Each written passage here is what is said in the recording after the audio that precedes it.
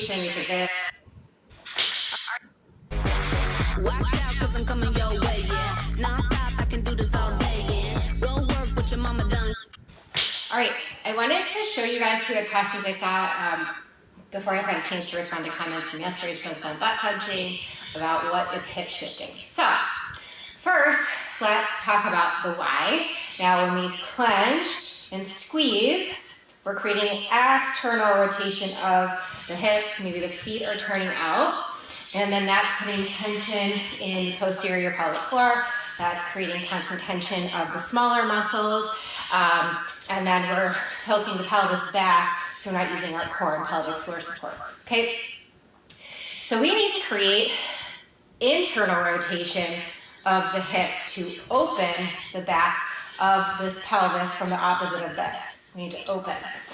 So, working on things like hip shifting with breathing, but even during daily activities, can be a helpful reminder of where we want the body to move.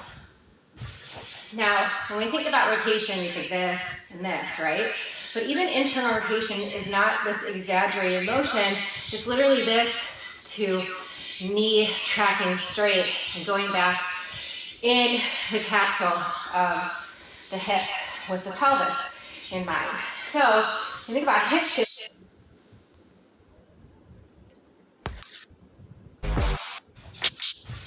now, when we think about rotation, we think this and this, right?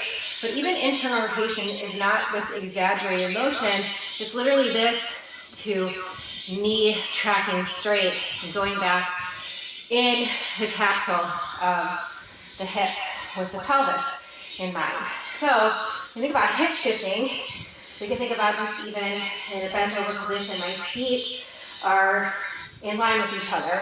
And I'm simply pulling. I'm going to drag my heel back within the socket to feel, and I stretch through the whole back of that posterior capsule. So we're not really rotating. We're going to stay as much as we can with the pelvis in line, but we're dragging that head of the femur back, so you should feel a good stretch in the back part of that hip capsule.